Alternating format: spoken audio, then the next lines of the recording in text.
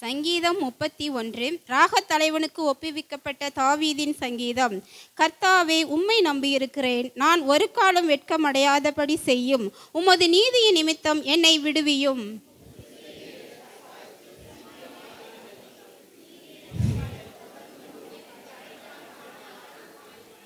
என் கண்மலையும் என் கோட்டையும் நீரே. உமது நாமத்தின் நிமித்தம் எனக்கு வழிகாட்டி என்னை நடத்தி அருளும்.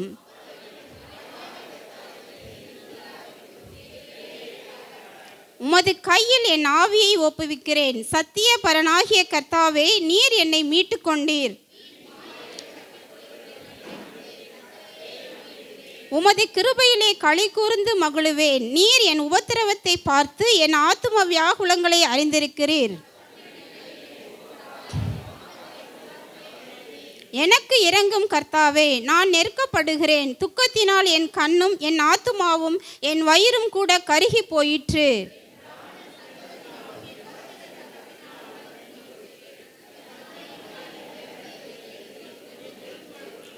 என் சத்துருக்களாகிய யாவர் நிமித்தமும் நான் என் அயலாருக்கு நிந்தையும் எனக்கு அறிமுகமானவர்களுக்கு அருக்களிப்பும் ஆனேன்.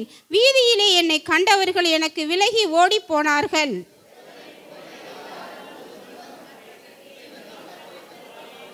அநேகர் சொல்லும் அவதூறை கேட்டேன். எனக்கு விரோதமாக அவர்கள் ஏகமாய் ஆலோசனை பண்ணுகிறதினால் திகில் என்னை சூழ்ந்து கொண்டது. என் பிராணனை வாங்க தேடுகிறார்கள். என் காலங்கள் உமது கரத்தில் இருக்கிறது. என் சத்துருக்களின் கைக்கும் என்னை துன்பப்படுத்துகிறவர்களின் கைக்கும் என்னை தப்புவியும்.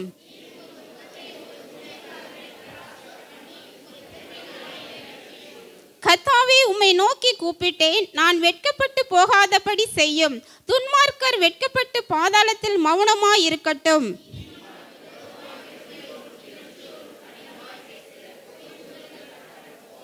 உமக்கு பயந்தவர்களுக்கும் மனுபுத்திரருக்கு முன்பாக உம்மை நம்புகிறவர்களுக்கும் நீர் உண்டு பண்ணி வைத்திருக்கிற உம்முடைய நன்மை எவ்வளவு பெரிதா இருக்கிறது.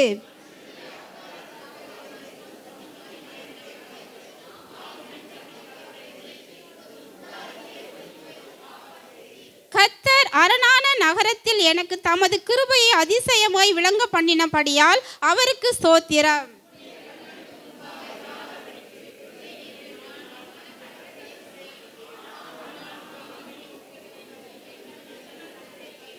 கர்த்தருடைய பரிசுத்தவான்களே, நீங்கள் எல்லாரும் அவரில் அன்பு கூறுங்கள். உண்மையானவனை கர்த்தர் தற்காத்து இடும்பு செய்கிறவனுக்கு பூரணமாய் பதிலளிப்பார். கர்த்தருக்கு காத்திருக்கிறவர்களே, நீங்கள் எல்லாரும் திடமனதாய் இருங்கள். அவர் உங்கள் இருதயத்தை ஸ்திரப்படுத்துவார். ஆமென்.